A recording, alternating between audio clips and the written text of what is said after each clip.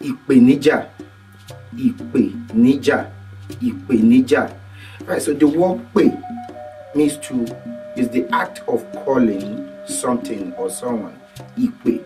So it's coming from the word pè, which is to call. So you say, call me, pè mí. I'll call you. Mo máa pè ẹ́. So ìpè is the act of calling someone or something. And ìjà is fight.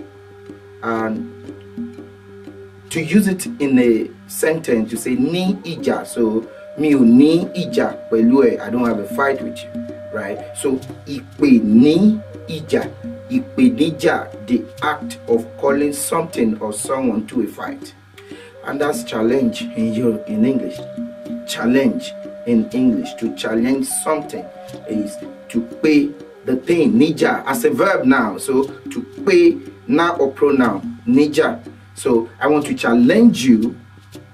Mo fẹ́ pè ẹ́ níjà, or mo fẹ́ pè yín níjà, to someone older or a group of people, right? See, I don't have a challenge with you. Mi ò ní ìpèníjà pẹ̀lú ẹ. I don't want to challenge you. Mi ò fẹ́ pè ẹ́ níjà. So why do you have to challenge him? Kí ló dé tí o fi ní láti pè níjà?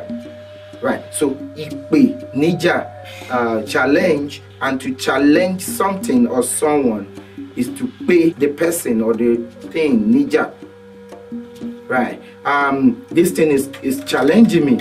Kíní yìí ń pè mí níjà. This thing, kíní yìí ń pè mí níjà. So can you use challenge in a sentence? 3 sentences with challenge, whether as a verb or as a noun. Boom.